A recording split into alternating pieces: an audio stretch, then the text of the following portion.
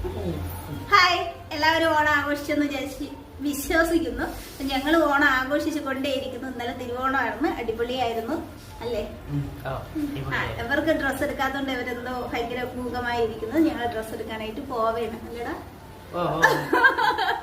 പഴയ ഡ്രസ്സ് ഓണായിട്ട് ഇട്ടത് കൊണ്ട് അമ്മമാർക്ക് ഒരു സങ്കടമുണ്ട്.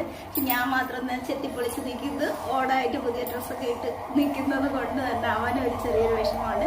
അങ്ങനെയൊന്നുമില്ല, വിഷമമൊക്കെ ഇപ്പൊ തീർത്ത് കൊടുക്കും. കുറച്ചുകൂടെ കഴിയുമ്പോ നമ്മളെ ഡ്രസ്സ് എടുക്കാൻ പോകും. അതിനല്ല വിഷമിക്കണം. പിന്നെ പായസം കുടിച്ചതാ. ഇന്നലെ സേമിയല്ലേ ഇരുന്നാടാ. നമ്മൾ അടിപൊളി സദ്യയല്ലേ കഴിച്ചത്. ഇന്നലെ ഒരു അടിപൊളി സദ്യയായിരുന്നു കേട്ടാ. അവൻ എൻ്റെ അടുത്ത് രഹസ്യമായിട്ട് പറഞ്ഞു. അത് നിങ്ങൾ കേൾക്കാനുള്ള കാര്യം അല്ലാത്തത് കൊണ്ട് അത് രഹസ്യമായി തന്നെ വെച്ചിരിക്കുന്നു. അപ്പം നമ്മളൊരു പാട്ടിലേക്ക് കിടക്കുകയാണ്. എൻ്റെ ത്രോട്ട് പ്രശ്നമായത് കൊണ്ട് അവൻ പോയി പോട്ടെ. എനിക്ക് അച്ഛനുണ്ട്. എൻ്റെ ത്രോട്ട് പ്രശ്നമായിട്ട് രണ്ടുപേരും ഞാൻ മൂളാം.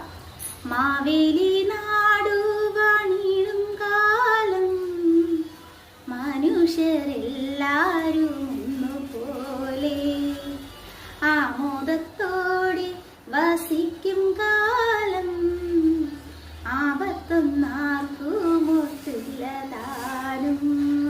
ആപത്തുണ്ടായിരുന്നു, ഇല്ലായിരുന്നു എന്നല്ല. ഒരാഴ്ച മുമ്പ് നല്ല പനിയായിരുന്നു. ഇപ്പൊ കുറച്ച് ഡോളയൊക്കെ കഴിച്ചൊന്ന് സെറ്റ് ആവാന്നൊക്കെ വിചാരിച്ച്, ക്ലിയർ ആവാന്ന് വിചാരിച്ചു വിചാരിച്ചു. പക്ഷെ നടന്നില്ല. അവസാനം ആശുപത്രിയിൽ പോയി ആന്റിബയോട്ടിക് കഴിച്ച ശേഷമാണ് ആ ത്രോട്ട് ഇൻഫെക്ഷൻ ഒക്കെ മാറിയത്. അപ്പൊ അത്രയും പ്രശ്നം ഉണ്ടായിരുന്നു. അപ്പൊ അതെല്ലാം കഴിഞ്ഞു. ഓണത്തിന്റെ ഒരു ഇതിലേക്ക് ഇറങ്ങി വന്നു. സെറ്റപ്പായിട്ട് നമ്മൾ ഇപ്പോഴത്തെ ഓണം അടിപൊളിയായിട്ട് ആഘോഷിക്കാൻ തന്നെയാണ് തീരുമാനിച്ചിരിക്കുന്നത്. മറ്റൊന്നുമല്ല, ഇപ്പൊ നമ്മൾ ഇറങ്ങി നിൽക്കുന്നത് ഈ രണ്ട് കുരുപ്പുകൾക്കും ഒരേ ജോഡി ഡ്രസ്സ് എടുക്കണം. അത്ര തന്നെ. എനിക്കുള്ളത് നേരത്തെ എടുത്തു, ചേട്ടനുള്ളത് നേരത്തെ എടുത്തു. പിന്നെ നമ്മൾ അമ്മയ്ക്കുള്ളത് എടുത്തു. വേറെ ആർക്കും എടുത്തിട്ടില്ല. വേറെ എന്ന് വെച്ചാൽ ഈ രണ്ട് കുരുപ്പുകൾക്ക് എടുത്തിട്ടില്ല. അതുകൊണ്ട് തന്നെ അവർക്ക് ഡ്രസ്സ് എടുക്കാൻ പോകുന്നു. പിന്നെ ഒരു കാര്യം എന്ന് പറഞ്ഞാൽ, കഴിഞ്ഞ വർഷത്തെ ഓണമാണോ ഈ വർഷത്തെ ഓണമാണോ അടിപൊളി എന്ന് ചോദിച്ചു കഴിഞ്ഞാൽ 2 വർഷത്തെ അടിപൊളി ഓണം തന്നെയാണ്. എന്തിതിൽ നിന്നും പഠിച്ചു എന്ന് പറഞ്ഞു കഴിഞ്ഞാൽ ചെറിയൊരു പാഠം പഠിച്ചു. കഴിഞ്ഞ വർഷം എൻ്റെ ഒരു സുഹൃത്ത് എന്നോട് പറഞ്ഞിട്ടുണ്ടായിരുന്നു, നമ്മള് വരിക, ഇലയിടുക, ചോറ് കഴിക്കുക, ഇലയെടുത്ത് കളയില്ല. എന്നിട്ട് നമ്മൾ നമ്മളെ കാര്യം നോക്കി പോയി കഴിഞ്ഞാൽ നമുക്ക് ഒരു പ്രശ്നമില്ലാതെ നമുക്ക് മുമ്പോട്ട് പോവാം. സത്യം, ആ ഒരു പാഠം ഉൾക്കൊണ്ട് ഇങ്ങോട്ട് ജീവിക്കാൻ തുടങ്ങി. ഈ ഒരു വർഷത്തിൽ നമ്മൾ എന്ത് പഠിച്ചതെന്ന് വെച്ചാൽ അത് തന്നെയാണ് മുന്നിൽ നിർത്തി പഠിച്ചത്. ഉറുമ്പിനേക്കാൾ ചെറുതാണ് ആനയെന്ന് ആര് പറഞ്ഞാലും തർക്കിക്കാതെ തന്നെ ശരിയാണെന്ന് കണ്ണുടച്ചുകൊണ്ട് സമ്മതിക്കാൻ പഠിച്ചു.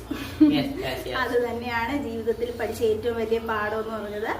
നേരത്തെ എന്ത് അനീതി കണ്ടാലും എന്ത് തെറ്റ് കണ്ടാലും എതിർത്ത് നിന്ന ഞാൻ ഇപ്പൊ എന്ത് കണ്ടാലും